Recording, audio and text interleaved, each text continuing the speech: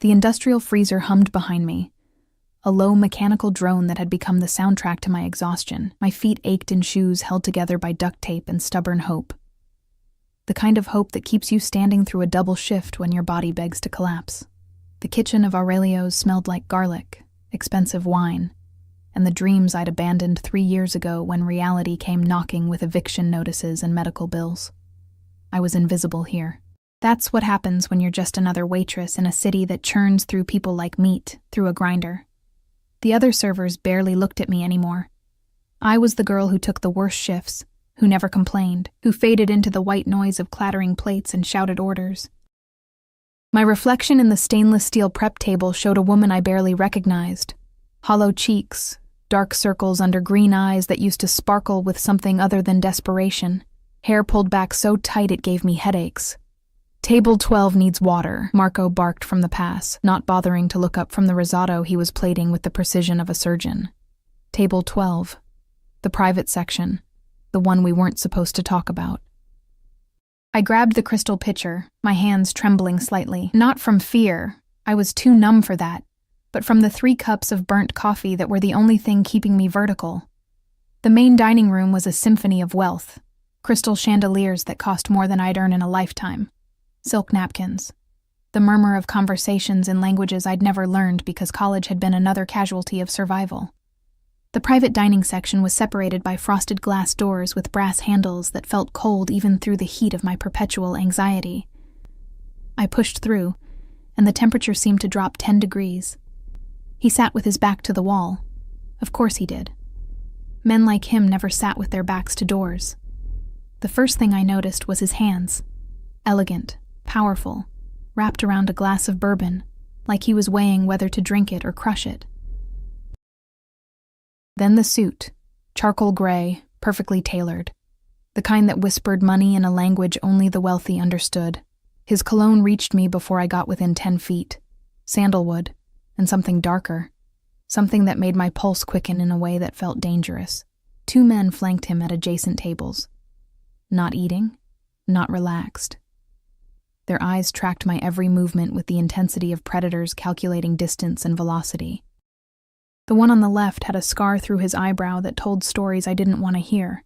The one on the right kept his hand inside his jacket, and I knew with cold certainty it wasn't resting on his phone. "Water," I said, my voice steadier than I felt. Years of swallowing pride and fear had taught me how to fake composure. He looked up. God, those eyes, dark brown, almost black in the dim candlelight, and ancient in a way that had nothing to do with age. They assessed me with the same casual thoroughness one might use to evaluate a chess piece, noting value, position, potential utility. His face was all sharp angles and controlled power, a jaw that looked carved from marble, lips pressed into a line that might have been amusement or contempt. Dark hair, touched with silver at the temples, swept back in a style that screamed old money and older violence. "Leave it," he said. His voice was low, textured like smoke over gravel, with an accent that placed him somewhere between old-world sophistication and new-world ruthlessness. Not a request. A command delivered with the absolute certainty of someone who'd never been disobeyed. I set the pitcher down, my hand not quite steady. A drop of condensation rolled down the crystal, catching the light. I should have left. Should have nodded and disappeared back into my safe invisibility. Instead, I found myself frozen, caught in the gravity well of his presence. "You're new," he said, though it wasn't a question. 3 years, I corrected before I could stop myself. "Stupid. You don't correct men like him. I mean, I've worked here 3 years. I'm not new. Sir." Something flickered across his face. Interest, maybe. Or the kind of amusement a cat might feel before toying with a mouse. 3 years. And I've never seen you." He lifted his glass, took a measured sip. His eyes never left mine, curious. "I usually work the early shift, breakfast. Lunch, my throat felt dry. The quiet hours." "Ah." He set down the glass with precise care. "You hide during the day. Smart." The way he said it made my skin prickle. Like he understood something about me I'd never spoken aloud. Like he could see through the uniform and the exhaustion. to the fear that lived in my bones. "I don't hide," I said, which was a lie so transparent even I didn't believe it. His mouth curved slightly, not quite a smile, something more predatory. "Everyone hides, Kara. The question is what from?" Marco's voice crackled through the server's earpiece I'd forgotten I was wearing. "Sophia, table 7 needs..." I reached up to turn it off, my hand moving to my ear, and that's when everything went wrong. My elbow caught the edge of the pitcher. Time slowed to that horrible syrup-thick pace that accompanies disasters you can see coming but can't stop. The crystal tipped. Water arced through the air in a perfect crystalline wave, catching the candlelight like liquid diamonds. And then it was all over him. Over his perfect suit. Over the documents spread on the table. Documents I now saw were covered in numbers and names and photographs. Over the phone that looked expensive enough to fund my rent for 6 months. The room went silent, not the comfortable silence of before, but the kind that precedes violence. The 2 guards were on their feet instantly, hands inside jackets, bodies coiled like springs. Even the candles seemed to stop flickering. He sat perfectly still. Water dripped from his lapel onto the leather seat. A droplet rolled down his cheek like a tear, though nothing about him suggested he'd ever cried. The documents were ruined, ink bleeding across faces I didn't recognize but instinctively knew I shouldn't have seen. My voice broke. "I'm so sorry. I didn't... It was an accident. Please, He raised one hand, just one hand, barely lifting it from the table. The guards froze. The entire universe seemed to freeze. "Come here," he said softly. Every survival instinct I'd honed over 3 years of barely staying afloat screamed at me to run. But my feet moved forward anyway, carrying me closer to him, close enough to smell the bourbon on his breath and the water soaking into expensive fabric, close enough to see that his eyes weren't quite black, but a brown so dark it swallowed light. "Look at me."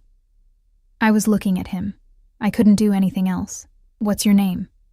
"Sophia." It came out as a whisper. "Sophia Mitchell."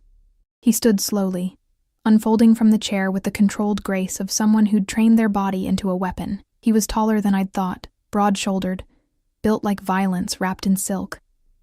Water dripped from his suit onto my shoes, my pathetic duct-taped shoes. "Sophia Mitchell," he repeated, like he was tasting my name, testing it, filing it away in some mental database I desperately didn't want to be part of. "Do you know who I am?" I shook my head. Another lie. I didn't know his name, but I knew what he was. "You didn't work in this neighborhood for 3 years, without learning to recognize the men who owned it, in ways that had nothing to do with property deeds." He reached into his jacket, his guards tensed, and pulled out a handkerchief, not to wipe himself. He handed it to me. My hands were shaking so badly I almost dropped it. "You're trembling," he observed clinically. "I'm scared," I said, because what was the point of lying? Good. He stepped closer, invading my space in a way that made my heart hammer against my ribs. "Fear keeps you alive, Sophia Mitchell. Remember that." His hand came up and I flinched. But he didn't strike me. Instead, his fingers, surprisingly gentle, tilted my chin up, forcing me to meet his eyes. "This suit cost $15,000, he said conversationally. "These documents were irreplaceable. My phone contained information worth more than this restaurant. Do you understand what you've done?" Tears burned behind my eyes. I wouldn't let them fall. I'd cried enough in bathroom stalls and empty apartments. Not here, not in front of him. "I'll pay for it," I said, which was absurd, laughable. I had $73 in my checking account and medical debt that would outlive me. "I'll work it off. Extra shifts. Please, I need this job. I need..." "Shh." His thumb brushed across my lower lip, and the intimacy of it shocked me into silence.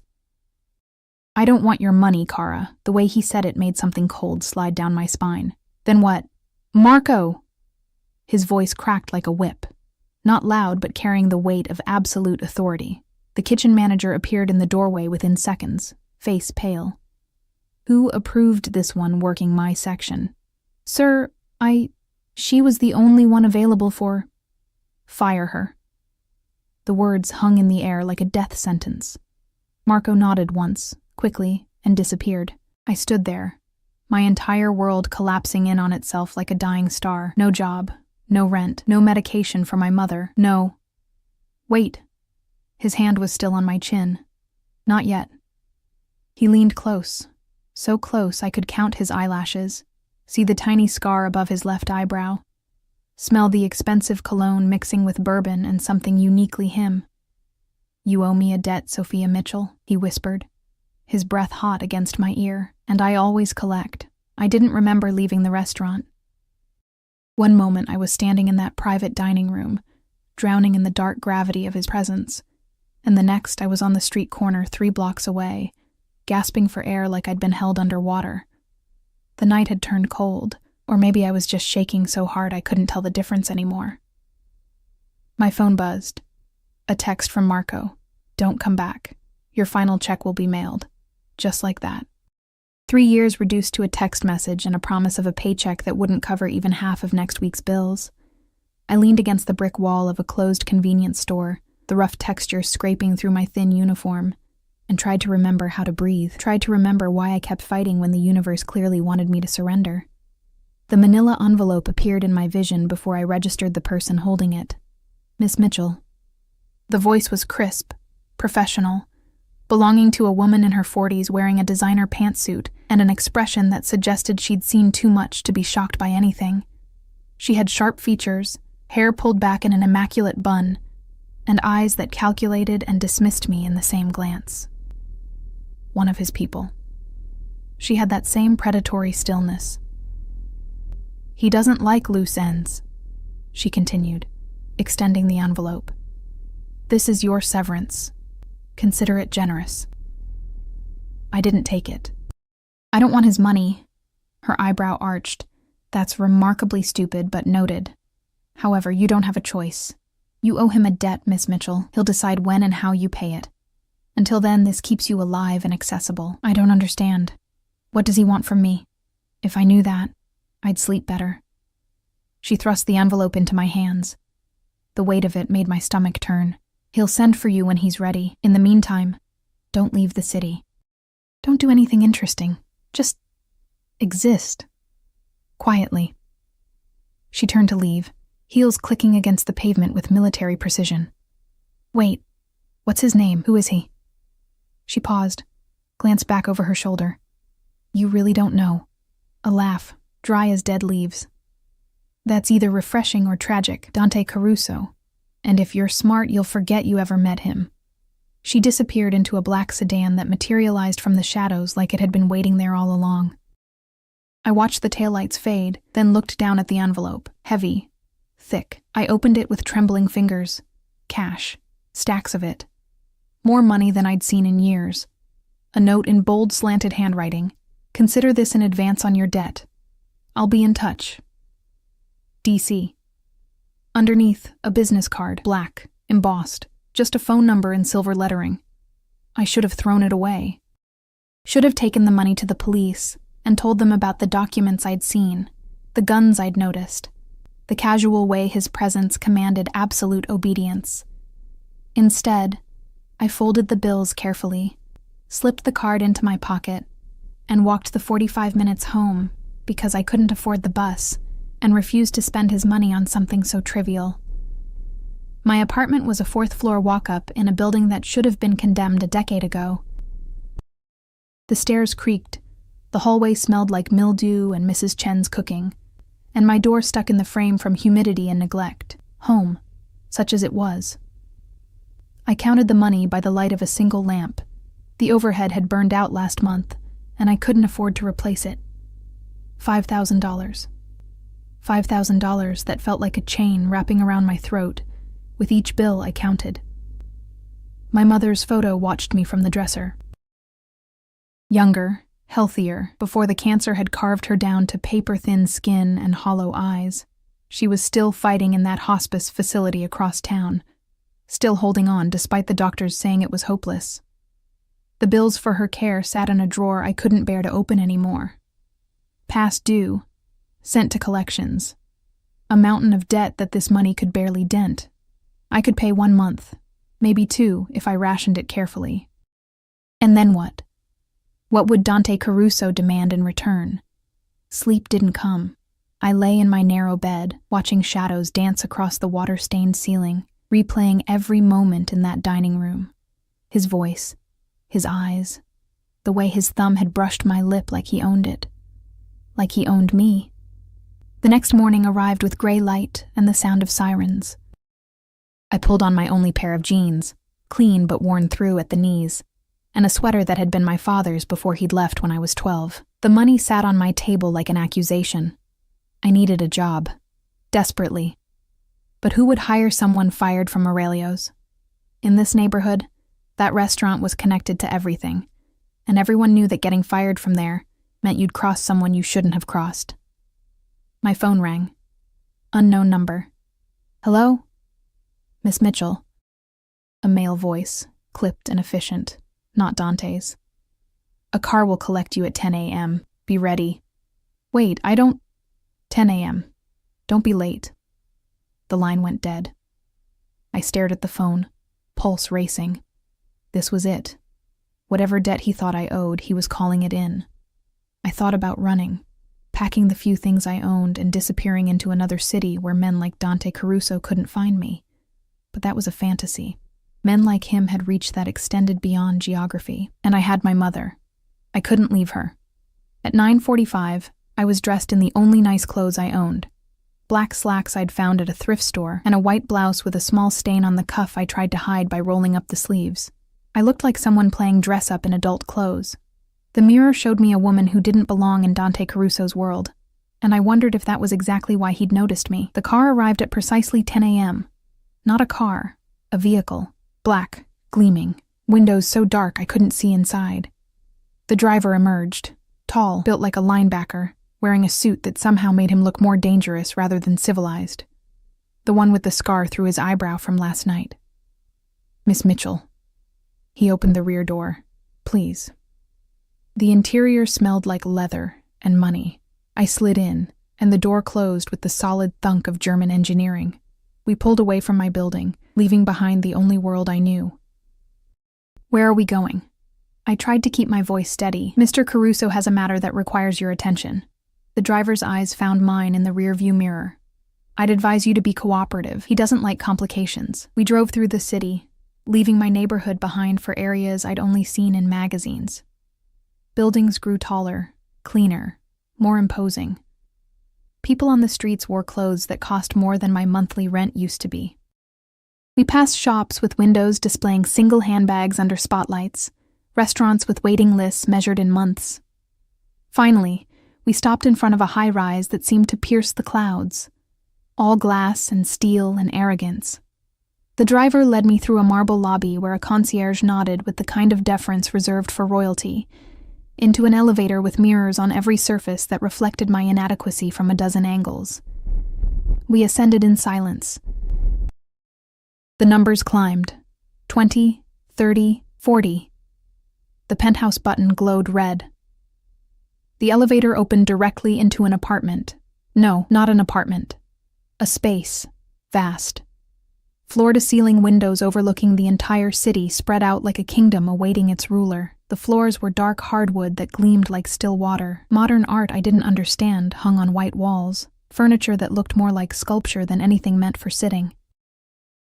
And standing by those windows, backlit by morning sun, was Dante Caruso. He'd changed. The ruined suit was gone, replaced by charcoal slacks and a white dress shirt with the sleeves rolled to his elbows, revealing forearms corded with muscle and marked with scars that told stories of violence survived. His hair was slightly damp, like he'd recently showered. More human somehow, but no less dangerous. Sophia. He didn't turn around. Come here. My feet moved before my brain could protest. I walked across that gleaming floor, each step echoing in the vast space, until I stood beside him at the window. The city spread below us, small and manageable from this height.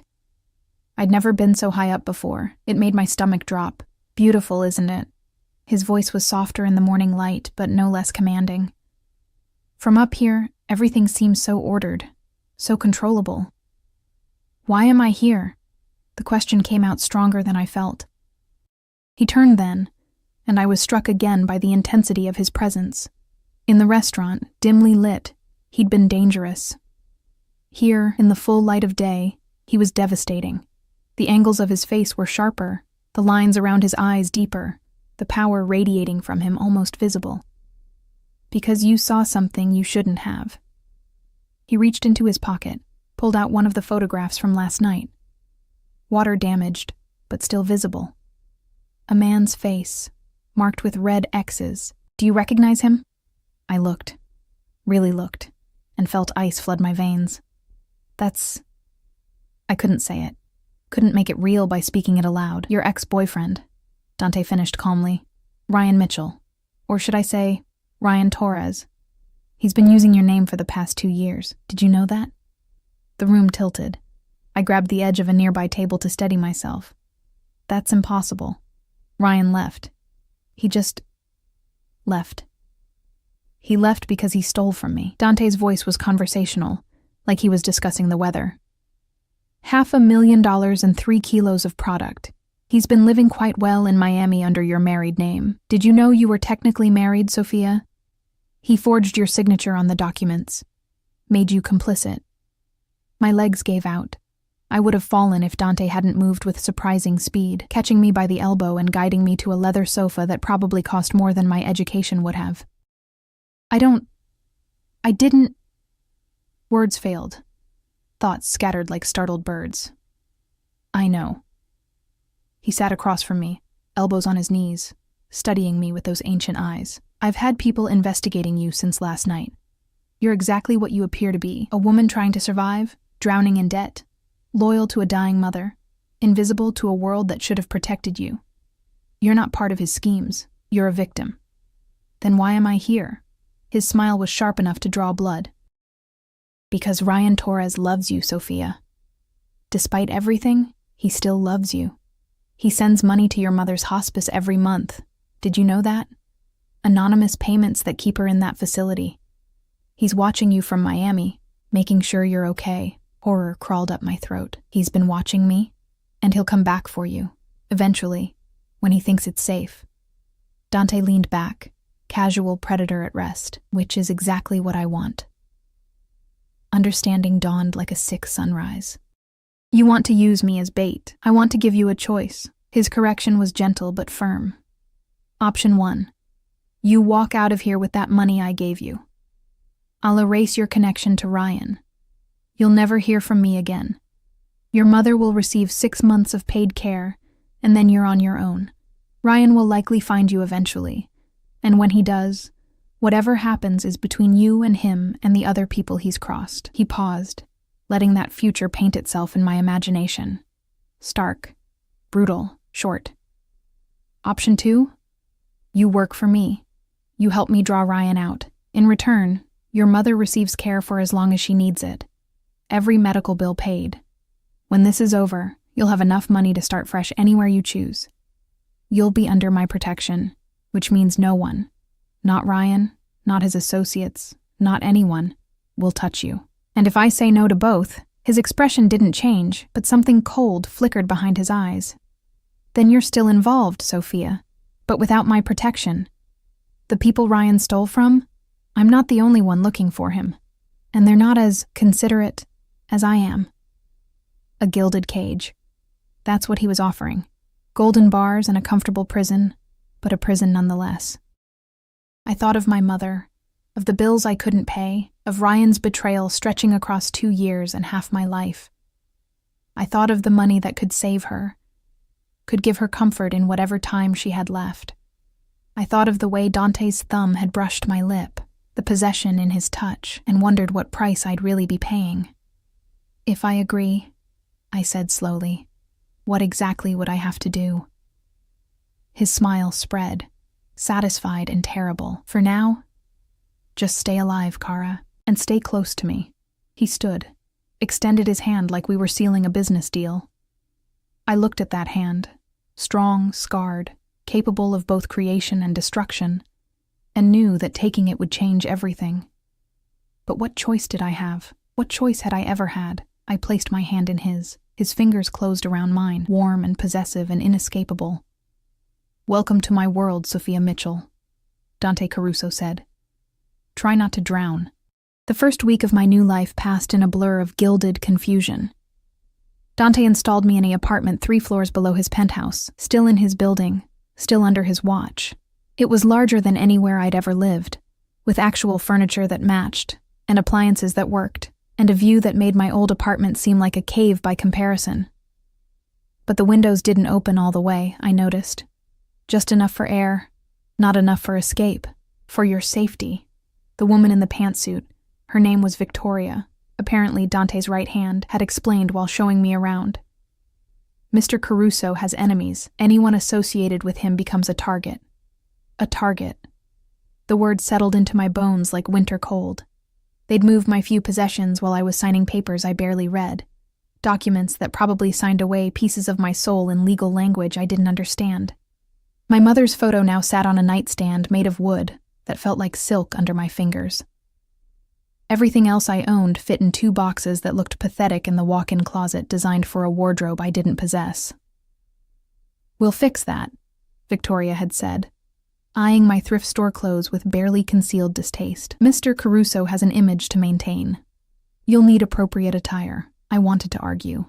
Wanted to say I wasn't a doll to be dressed up for his amusement, but the words died when I remembered my mother's face, the way pain carved lines around her eyes, and the promise of relief that Dante's money could buy. The next morning, a stylist arrived. Then another. They measured and tutted and transformed me with the efficiency of people accustomed to creating illusions. Designer clothes appeared in my closet, elegant, expensive, nothing like the person I saw in the mirror. They did something to my hair, something to my face with makeup I couldn't name. When they finished, I looked like someone who belonged in Dante's world. I hated that I liked it, hated the small thrill of seeing myself beautiful for the first time in years. Dante sent for me on the 3rd evening. Not a request. A summons delivered by the scarred guard whose name I'd learned was Marcus. He escorted me to the penthouse, his presence a constant reminder that I wasn't free, wasn't safe, wasn't anything but a piece in a game I didn't understand. The elevator doors opened to music. Classical, something Italian that spoke of tragedy and passion. Dante stood in his kitchen, an actual kitchen, all marble and stainless steel, cooking. The sight was so unexpected I froze. "You're staring," he said without turning around. He wore black slacks and a gray Henley that clung to his shoulders, his sleeves pushed up as he worked with practiced efficiency at the stove. "Close your mouth, Kara. You'll catch flies. You cook." The words escaped before I could stop them. "I do many things that would surprise you." He glanced over his shoulder, and his eyes traveled over me with an intensity that made my skin flush. "You look different. Better." "I look like someone else. You look like yourself. Just more visible." He turned back to whatever he was creating that smelled like heaven and garlic and things I couldn't afford to want. "Come. Sit." The dining table could have seated 12, but was set for 2, intimate despite the space. Candles flickered even though the sun hadn't fully set. Wine glasses caught the light like crystal promises of intoxication. I sat, feeling the unfamiliar silk of my new dress whisper against my skin. He brought plates. Pasta, handmade from the looks of it, with a sauce that made my stomach remind me I'd barely eaten in days. Bread that steamed when he tore it. Simple food made extraordinary by hands that knew violence but also, apparently, tenderness. "Eat," he commanded, settling across from me. "You're too thin." "I've been busy surviving." "Not anymore." He poured wine, red, rich, probably worth more than my old monthly salary. "Now you're busy living. There's a difference." I picked up my fork, and the first bite was a revelation. Flavors exploded across my tongue, complex and perfect, and made with a care that seemed at odds with everything else I knew about him. I couldn't stop the small sound of pleasure that escaped. His eyes darkened. "Good?" "Why are you doing this?" I set down my fork, the question burning more than hunger. The apartment, the clothes, I gestured at the absurdly perfect meal. "What do you want from me?" Dante took a sip of wine, considering. Direct. I appreciate that. He leaned back in his chair, all casual power. I told you. I need you to draw out Ryan, but that's not the complete truth. My heart hammered. Then what is? You interest me. He said it simply, like commenting on the weather. Last night in the restaurant you should have cowered. Should have begged or cried or done what people always do when they realize they've crossed me. Instead, you met my eyes, scared but not broken, trembling but not defeated, and then you offered to pay for a suit worth more than you'd earn in a year. It was... He paused, searching for the word. Refreshing. So I'm what? Entertainment? Your leverage. Your bait. You're also becoming something else, though I don't think either of us is ready to name it yet. He stood, moved around the table with predatory grace, and suddenly he was behind me. His hands settled on my shoulders, warm through the thin fabric of my dress. You're safe here, Sophia, safer than you've been in years. All I ask in return is your cooperation and your honesty. Can you give me that? His thumbs pressed against the knots of tension in my shoulders, and I hated how good it felt, hated how my body betrayed me by relaxing into his touch. What if Ryan doesn't come? I managed. What if he's smart enough to stay away? He'll come. Dante's voice was certain, dark. Men like Ryan always come back for what they think belongs to them. And he thinks you belong to him. I don't belong to anyone. His hands tightened briefly, possessively. Keep telling yourself that, Kara. We both know you're lying. Days blurred into weeks. Dante's world swallowed me whole. A universe of luxury and violence existing in careful balance. I learned his routine. Mornings spent in his office on calls in Italian and languages I didn't recognize. Afternoons with meetings I wasn't privy to. Evenings that sometimes included me and sometimes didn't. When he was gone, Marcus, or one of the other guards, there were always guards, stayed close. Watching, protecting, imprisoning. Victoria came by with updates I half understood about movements and contacts and the situation in Miami. Every conversation a reminder that somewhere, Ryan was living a life built on betrayal while I sat in a golden cage, waiting. I visited my mother every Thursday. Dante insisted on it. Insisted on sending a car and 2 guards and enough flowers to transform her small hospice room into a garden. She looked better. The new medications were working, the pain lines less severe. She smiled more, though she asked questions I couldn't answer. Where did the money come from, sweetheart? Her voice was paper-thin but persistent. These treatments. The private room. I know you don't have this kind of money. I got a better job. I lied. The words ash on my tongue. Don't worry about it, Mom. Just focus on getting better. She studied me with eyes that had watched me grow, that knew me better than anyone. You look different, scared. Are you in trouble? I'm fine. I took her hand, fragile as bird bones. Everything's going to be okay. Another lie. But what else could I say? That I'd sold myself to a mafia boss to keep her alive, that I was bait for a man I'd once loved who'd destroyed me more thoroughly than poverty ever could. She squeezed my fingers weakly. Promise me something, Sophia. Promise me you'll choose yourself. Whatever this is, whatever you're doing, don't lose yourself trying to save me. I'm old. I'm sick. But you deserve to live. I promised. Knowing I'd already broken that promise the moment I'd taken Dante's hand. The first crack in the routine came 5 weeks in. I was reading in my apartment, a book from Dante's extensive library, something in Italian I was slowly learning to understand with the tutor he'd hired, when Marcus appeared at my door, face grim. Mr. Caruso needs you, now. The urgency in his voice sent ice through my veins. I followed him to the elevator, up to the penthouse, where I found Dante standing by his windows again. But this time his posture was different. Tense, coiled, dangerous. He made contact, Dante said without preamble. Ryan sent a message to your old phone number. We've been monitoring it. He turned, and the look in his eyes made me step back. Pure predator.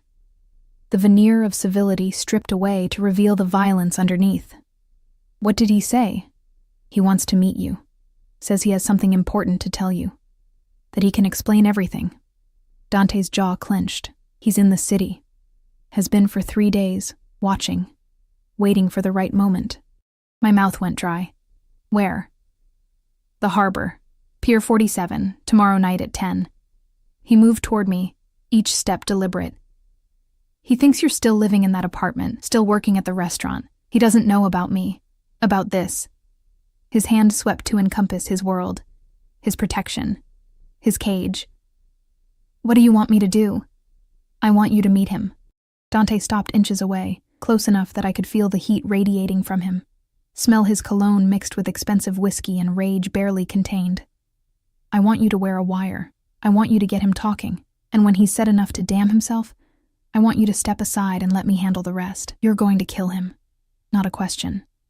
I'm going to make him pay for what he stole, what he destroyed. His hand came up, cupped my face with surprising gentleness. He used you, Sophia, made you complicit in his crimes. Put your name on documents that could have sent you to prison. Watched you struggle while he lived in luxury off stolen money. Does he deserve your protection? No. The answer was immediate and bitter, but killing him? Watching Dante execute someone I'd once loved, however foolishly? I don't know if I can do this. Yes, you can. His thumb brushed my cheekbone, the touch achingly tender in contrast to the violence in his eyes. You're stronger than you think, Kara. Stronger than he ever deserved. And after? When Ryan's gone and you don't need me anymore? Something flickered across his face. An emotion I couldn't name, gone too quickly to identify. We'll discuss after when after comes. For now, focus on tomorrow, on staying safe, on doing what needs to be done. He pulled me against him, and I let him, hating myself for the way I fit against his chest, for the way his heartbeat steadied my own. His arms came around me, a cage and a sanctuary, and I wondered which one I wanted more. I have guards stationed around the pier, he murmured into my hair. Marcus will be close. I'll be closer. Nothing will happen to you, Sophia, I promise. Why do you care? The question escaped, small and desperate. I'm just leverage, just bait. His arms tightened. If that's what you need to believe to get through this, then believe it. But we both know it stopped being that simple weeks ago. He didn't say what it had become instead. Maybe he didn't know. Maybe I didn't want to know. That night, I lay in my expensive bed in my borrowed apartment, staring at the ceiling and thinking about choices, about the girl I'd been in that restaurant, invisible and exhausted, about the woman I was becoming under Dante's dangerous attention, about Ryan, who'd loved me once before betraying me so completely I'd forgotten what trust felt like. Tomorrow, I'd face the past. Tomorrow, I'd learn what I was truly capable of. Tomorrow, something would break. I just didn't know if it would be Ryan, Dante, or me. My phone buzzed. A text from an unknown number that I knew was Dante. Sleep, Kara. Tomorrow you'll need your strength. How did he know I was awake? I glanced at the corners of my apartment, suddenly aware of cameras I couldn't see, attention I couldn't escape. Protected or imprisoned, the line grew thinner every day. I closed my eyes and tried to sleep, but all I could see was the harbor at night, dark water and darker intentions, and the moment when I'd have to choose what kind of person I wanted to be, if I'd ever really had a choice at all. The day of the meeting crawled by with the agonizing slowness of a nightmare you can't wake from. Victoria arrived at noon with a team that transformed me once more. Simple jeans and a sweater, clothes that looked like the old me but fit better, cost more, screamed money in ways only Dante's world would recognize. They fitted me with a wire so small I couldn't feel it, a microphone hidden in a necklace that looked cheap but probably cost more than my mother's monthly care. Just act natural, Victoria instructed, her fingers cold as she adjusted the device against my collarbone. Get him talking about the theft, about where he's been. We need him to incriminate himself on record. And if he realizes what I'm doing? Her eyes met mine, hard and pragmatic.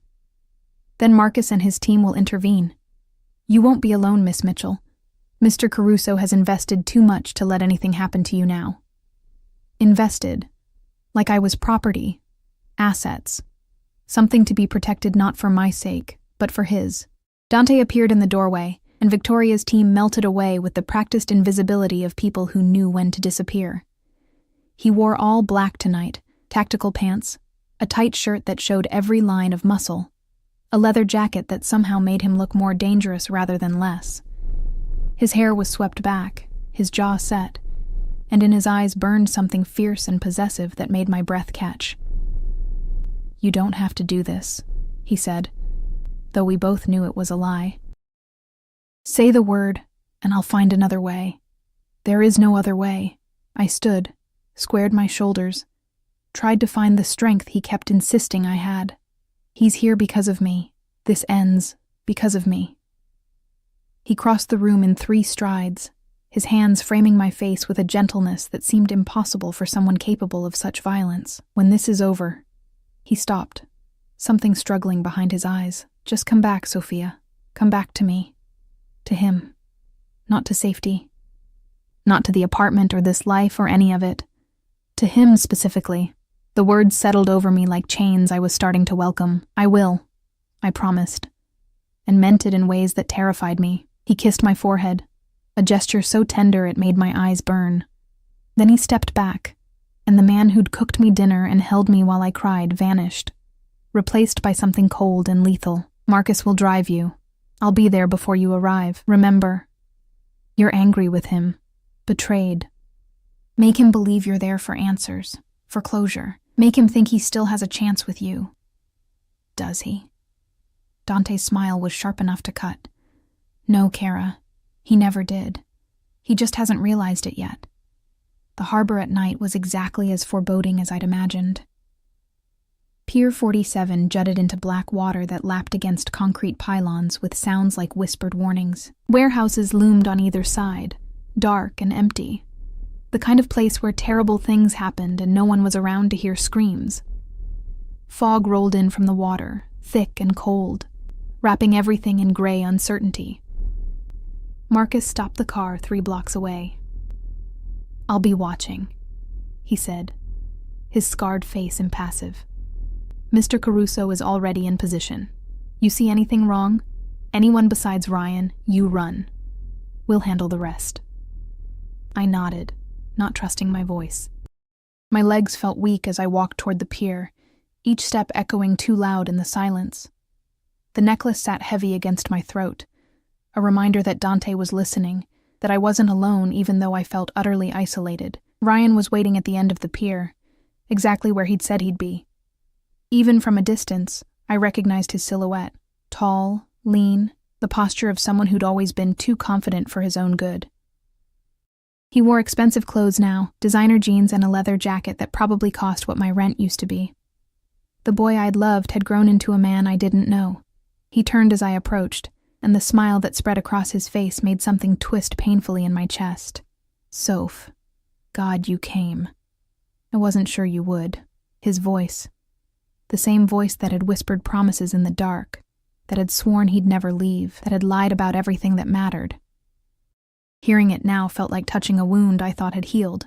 "You have 5 minutes, I said, stopping 10 feet away. Close enough to hear, far enough to run. Then I'm gone and you never contact me again." "That's fair. I deserve that." He ran a hand through his hair, a gesture I remembered from 1,000 arguments, 1,000 makeups. "I know you hate me. I know I hurt you. But I need you to understand why I did what I did. You stole from the Mafia, Ryan, from Dante Caruso. Do you have any idea what you've done? What you've made me part of?" His face paled even in the dim light. "How do you know about Caruso? Sophia, tell me you haven't what? Haven't been dragged into your mess?" Too late. I let real anger seep into my voice, not hard when it was already simmering beneath the fear. "He came looking for you, found me instead. Found out you'd been using my name, my identity. I could have gone to prison, Ryan, for your crimes. I would never have let that happen. I was protecting you. By abandoning me? By watching me struggle while you lived in Miami spending stolen money?"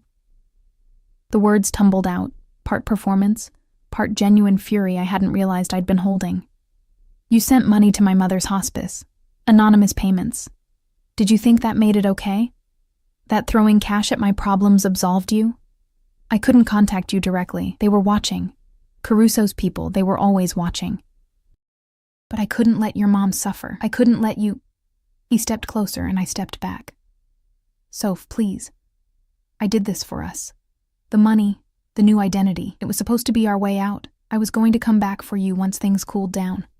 We were going to disappear together, start fresh somewhere they couldn't find us. That's a beautiful story. My voice cracked despite my efforts. Was any of it true? Did you ever actually love me, or was I always just convenient, just someone to hide behind? I loved you.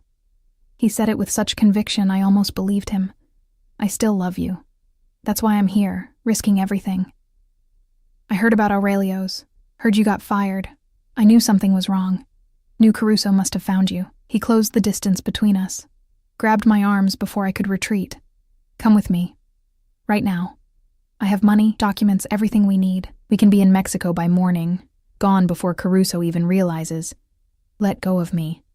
Sophia, please. I said let go.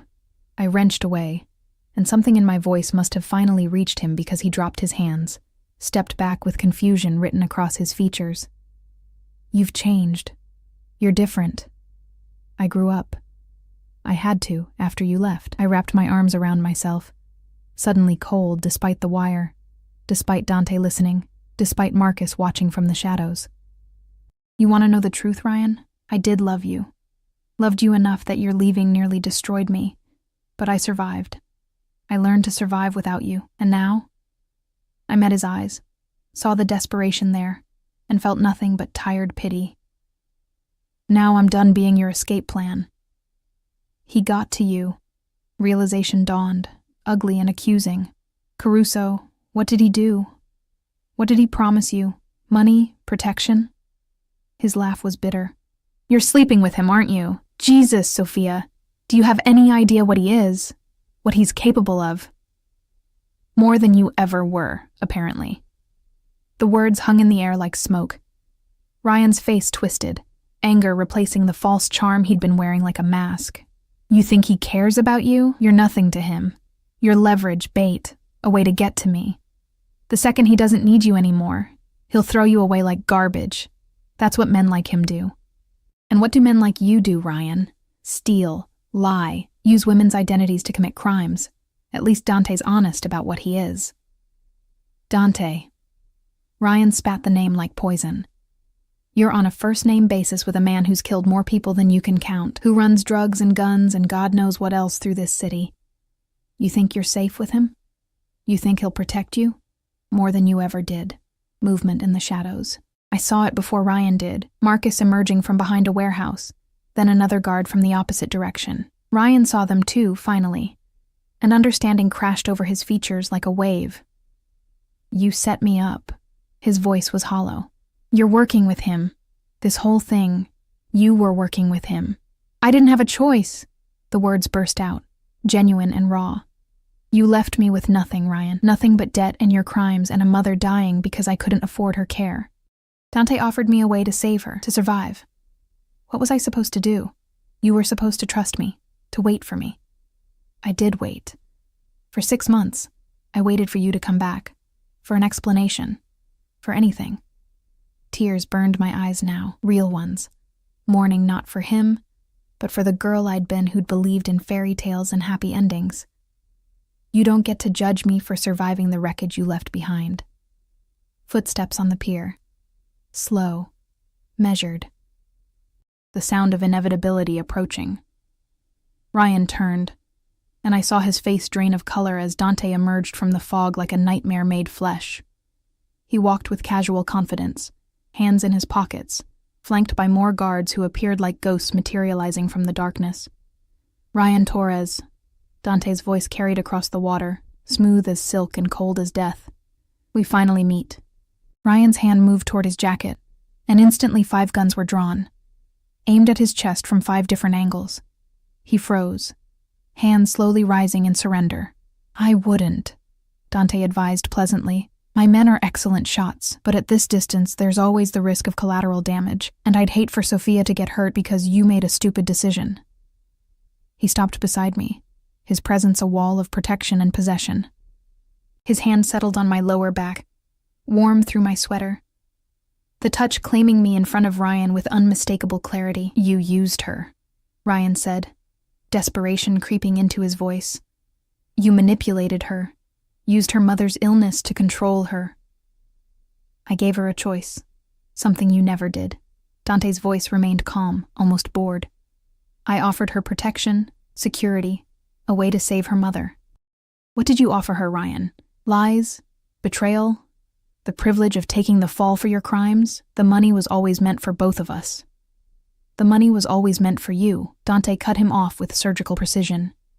You forged her signature on a marriage certificate to legitimize your new identity.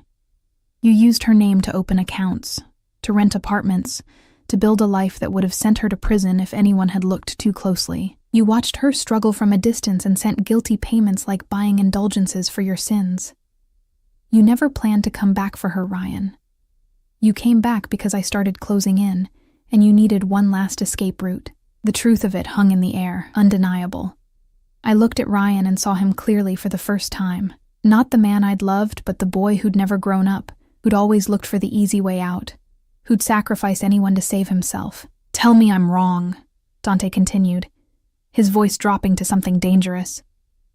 Tell me you weren't planning to use her one more time, to take her with you just long enough to throw off pursuit, then disappear again when it was convenient. Ryan's silence was answer enough. Dante's hand moved from my back to my shoulder, turning me gently away. Go wait in the car, Kara. You don't need to see this. What are you going to do to him? What needs to be done? His eyes met mine, and in them I saw both the monster and the man, the violence and the strange tenderness he'd shown only to me. He'll answer for what he stole, what he destroyed. The rest is business. Don't kill him. The word surprised me, surprised us both. Please. He's not worth it. Not worth what it would cost you. Something flickered in Dante's expression. Surprise, maybe respect. You still care for him. No. And it was true. Looking at Ryan now, I felt nothing but the ghost of old pain.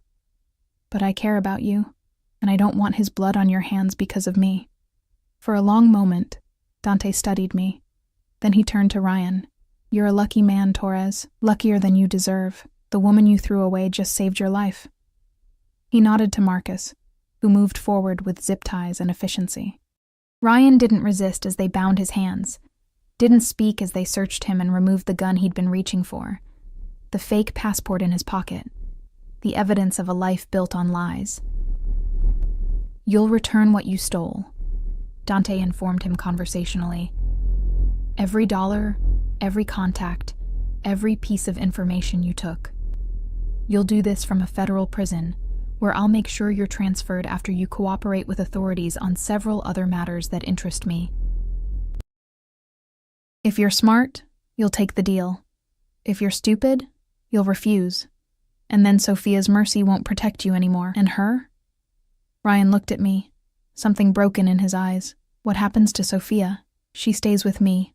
Dante's hand returned to my back, the touch possessive and unmistakable, where she's safe, where she's cared for, where she'll never have to worry about men like you again. Marcus led Ryan away, the sound of footsteps fading into the fog. Other guards melted back into the shadows, leaving Dante and me alone on the pier, with the sound of water lapping against concrete and the weight of everything that had just shattered and reformed. You could have let me kill him, Dante said quietly. He deserved it. Maybe. But you didn't deserve what it would have made you, not for him. He turned me to face him, both hands framing my face now, his eyes searching mine with an intensity that stole my breath. You're dangerous, Sophia Mitchell, dangerous to everything I've built, everything I am. Is that a problem? His thumb traced my lower lip, the gesture achingly familiar now. It should be. It really should be. Then he kissed me. Not gently. There was nothing gentle about Dante Caruso. He kissed me like he was claiming me, marking me, pouring years of control and violence and need into the press of his lips against mine. I kissed him back, my hands fisting in his jacket, tasting danger and desire, and the terrifying realization that somewhere between the restaurant and this moment, I'd stopped being his prisoner and started being something else entirely. When he pulled back, we were both breathing hard. The wire was still recording. Marcus and the others could probably still hear. I didn't care. Take me home, I whispered against his lips. Where's home, Kara? I thought about my old apartment with its broken fixtures and impossible rent. I thought about the borrowed apartment 3 floors below his penthouse. I thought about the space between safety and captivity, between choice and inevitability. Wherever you are, I said, and felt the last wall between us crumble. Home is wherever you are. His smile was fierce and possessive, and held a promise of things I wasn't sure I was ready for, but knew I wanted anyway. Then let's go home, Dante Caruso said, and led me back through the fog toward a future I was finally ready to claim. 3 months later, I stood in front of the mirror in what had become our bedroom. Not the apartment 3 floors down, but Dante's penthouse, his space that had slowly transformed into ours, and barely recognized the woman staring back at me. She wore a midnight blue dress that hugged curves I'd forgotten I had, her hair falling in waves that the stylist had spent an hour perfecting, her eyes bright with something that might have been happiness if I'd remembered what that looked like. The woman in the mirror belonged in Dante's world now. The question was whether I'd lost myself in the transformation or finally found who I was always meant to be. You're thinking too hard again. Dante's voice came from the doorway, warm with amusement. He leaned against the frame in a tuxedo that should have been illegal, all sharp lines and contained power. His hair swept back to reveal those features I'd learned by heart. I can practically hear your brain working from here. I'm allowed to think. Dangerously philosophical on our engagement party night, he crossed to me, his hand settling on my waist with the casual possession that had become as natural as breathing. Having second thoughts, Kara? I met his eyes in the mirror. About you? No. About becoming part of all this? I gestured vaguely at the penthouse, at the life we'd built. Sometimes. Honest as always. He pressed a kiss to my shoulder, the touch sending familiar heat through my veins. That's why I love you. The words still surprised me, even though he'd said them a dozen times since that night at the pier. Dante Caruso, a man who dealt in violence and power, who commanded an empire built on fear and respect, loved me. The girl who'd spilled water on his $15,000 suit. The woman who'd been invisible until he'd looked at her and decided to see. I love you too, I said, because it was true. Complicated and dangerous and probably a little insane, but true nonetheless. Even though you're a criminal and possessive, and you have cameras in every room. For security purposes. You watch me sleep. Can you blame me? His arms wrapped around my waist, pulling me back against his chest. You're beautiful when you sleep. Peaceful. It's the only time you stop fighting yourself. Before I could respond, my phone buzzed. A text from Victoria. Guests are arriving. Mr. Caruso, if you're making Miss Mitchell late to her own party, I'll be very disappointed. Dante laughed, reading over my shoulder. She's terrifying. She's efficient. There's a difference. Ready to face the vultures? He turned me in his arms, his expression sobering. I know this isn't what you imagined for yourself. A party filled with dangerous people celebrating an engagement that started as a business arrangement. If you want to leave, we can leave. We can go anywhere you want. And miss the chance to see you in a tux all night? I straightened his bow tie, let my fingers linger against his chest. I'm not going anywhere, Dante. I made my choice. I keep making it. Every day. Even knowing what I am, what I do, I'd asked myself that question 1,000 times in the past 3 months. Dante had never hidden his world from me. The meetings with dangerous men, the phone calls in Italian that ended with people disappearing, the casual way violence was discussed over breakfast. He'd given me every reason to run, every opportunity to leave with enough money to start over somewhere safe. But he'd also given me my mother. Her treatments had worked better than anyone expected. She was in remission now, living in a beautiful assisted care facility where she painted and gardened and smiled like she'd forgotten what pain felt like. He'd given me education, tutors in Italian and business, classes I'd always wanted to take but couldn't afford. He'd given me safety in a world that had only ever offered struggle, and somewhere between obligation and survival, I'd fallen completely, irrevocably in love with a man who killed people and cooked me dinner and held me through nightmares about Ryan and poverty and all the ways I'd almost drowned. Especially knowing what you are, I said. You've never lied to me, Dante. Never pretended to be something you're not. That's more than most people can say. His kiss was soft this time, tender in a way that made my chest ache. Then let's go show them their future queen. The party was held in a restaurant Dante owned. Not Aurelio's, thank God, but something larger, more opulent, rented out entirely for the night. Crystal chandeliers cast diamond light across marble floors. Tables groaned under Italian delicacies, and wine that cost more per bottle than my mother's monthly care. And everywhere, dangerous people in expensive clothes, predators pretending to be civilized. They watched me as we entered, Dante's hand possessive on my lower back. Calculating, assessing, trying to understand how a nobody waitress had captured the attention of one of the most powerful men in the city. I held my head high and let them wonder. Let them see that I wasn't afraid anymore. Victoria appeared with 2 champagne flutes and a smile that didn't reach her eyes. You look radiant, Miss Mitchell, though I suppose we should start calling you Mrs. Caruso-to-be. Sophia is fine. Oh, Sophia is never just fine. Dante took the champagne, handed me a glass. She's extraordinary. They'll learn that soon enough. The night passed in a blur of introductions I'd forget, and conversations in code I was learning to decipher. Dante never left my side, his presence a constant shield against the sharks circling in designer suits. His men, Marcus and the others who'd become familiar faces, watched from strategic positions, always vigilant, always ready. You've caused quite a stir, a voice said, cultured and amused. I turned to find an older man, silver-haired and distinguished, watching me with eyes that reminded me uncomfortably of Dante's. Dominic Caruso, Dante's uncle. Sophia Mitchell. I shook his offered hand, noting the strength in his grip despite his age. I know who you are.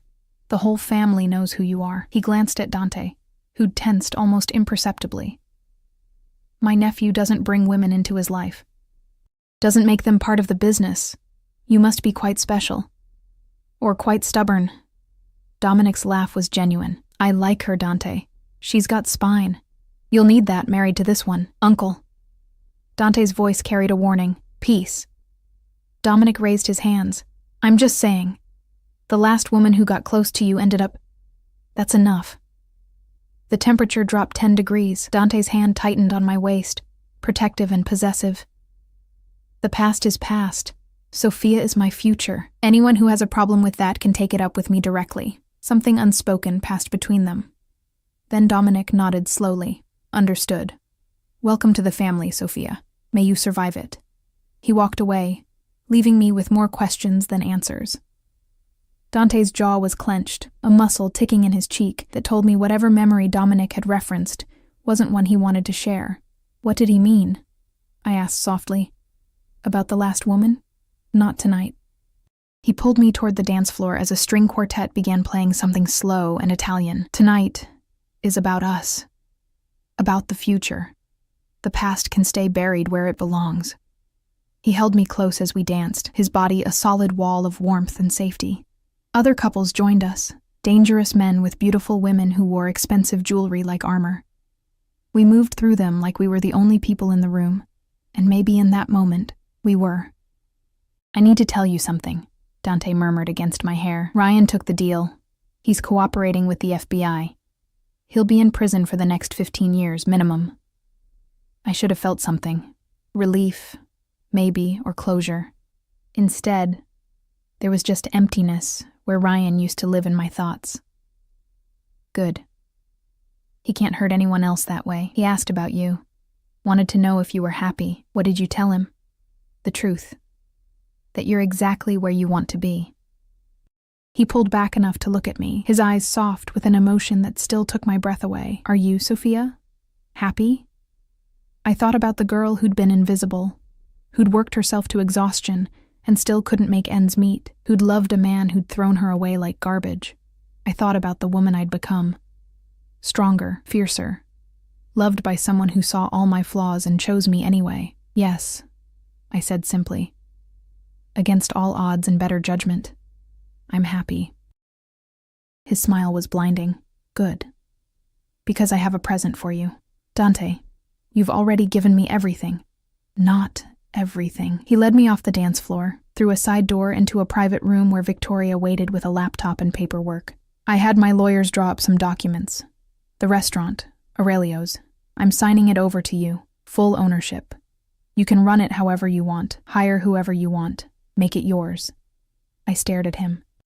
You're giving me a restaurant? You loved working there. Before I ruined it for you, his hand cupped my cheek. This way, you can build something that's entirely yours. A business separate from mine.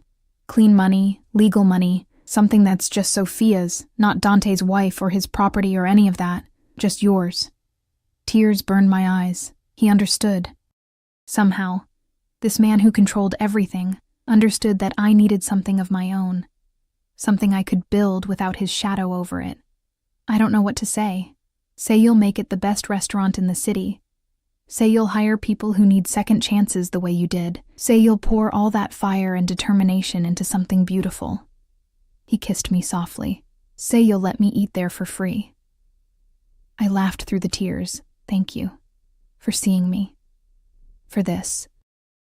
For everything. Thank you for not running. His forehead pressed against mine.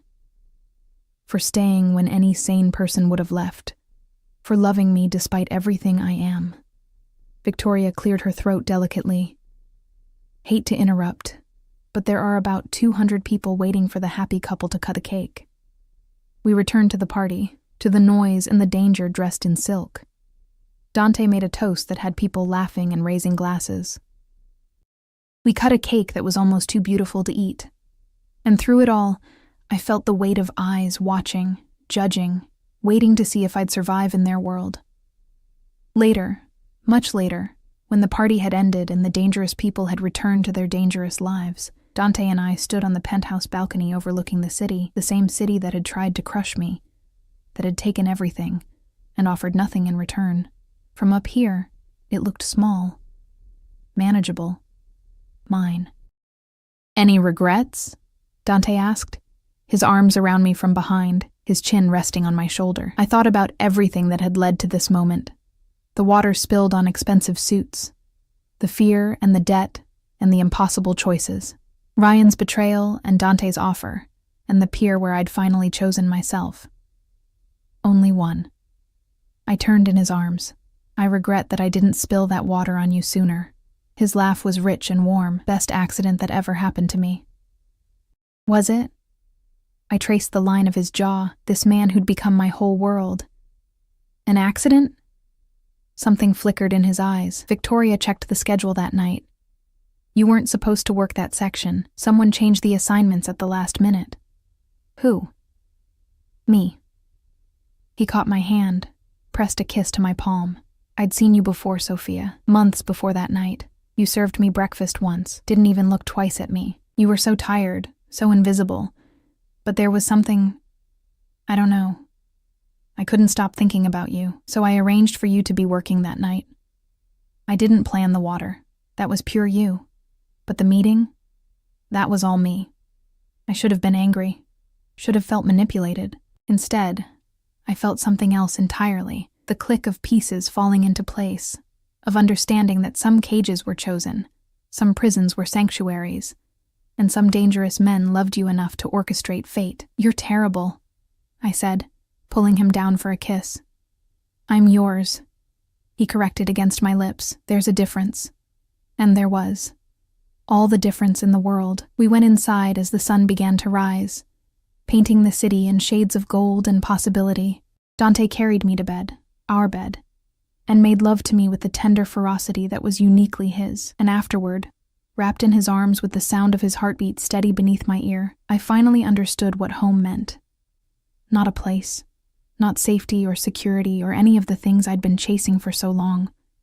Home was this, the choice to stay when you could leave, the courage to love someone impossible, the strength to build something beautiful from the wreckage of who you used to be. I love you, Dante Caruso, I whispered into the darkness. My dangerous, possessive, perfectly imperfect man. And I love you, Sophia Mitchell, he murmured back, his arms tightening around me. My brave, stubborn, absolutely extraordinary woman. My future wife. My home. Outside, the city woke to another day. Inside, we slept peacefully. Two people who'd found each other in the most unlikely way and chosen to stay despite, or maybe because of, all the reasons they shouldn't. The girl who'd been invisible was gone. In her place was a woman who'd learned that sometimes the most dangerous thing you can do is spill water on the wrong person's suit. Or maybe, just maybe, it was exactly the right person all along. 6 months later, Aurelio's reopened under new management. The sign above the door read, "Sophia's," in elegant script. Inside, the kitchen hummed with efficiency, the dining room glowed with warmth, and every table was filled with people who'd heard about the restaurant run by the woman who'd married Dante Caruso and somehow kept her soul intact. I moved through the space with confidence now, no longer invisible, no longer afraid. My mother sat at table 12, the private section, laughing with friends she'd made at the care facility, healthy and happy and proud of the daughter who'd survived. And at the bar, watching me with eyes that held a universe of love and possession and dangerous promise, sat my husband. Dante had a bourbon in hand, and that small smile that was only ever for me, and when our eyes met across the room, I felt the same jolt of electricity that had struck that first night. Some love stories begin with chance meetings and stolen glances. Ours began with spilled water and threats, with survival and choice, with a cage that became a kingdom. And I wouldn't change a single moment, not even the fear, especially not the fear, because it led me here, to this life, to this man, to this version of myself I'd never known I could be. The Mafia boss had threatened the waitress at the restaurant. Her reaction had been pure genius. She'd fallen in love with him and lived to tell the tale.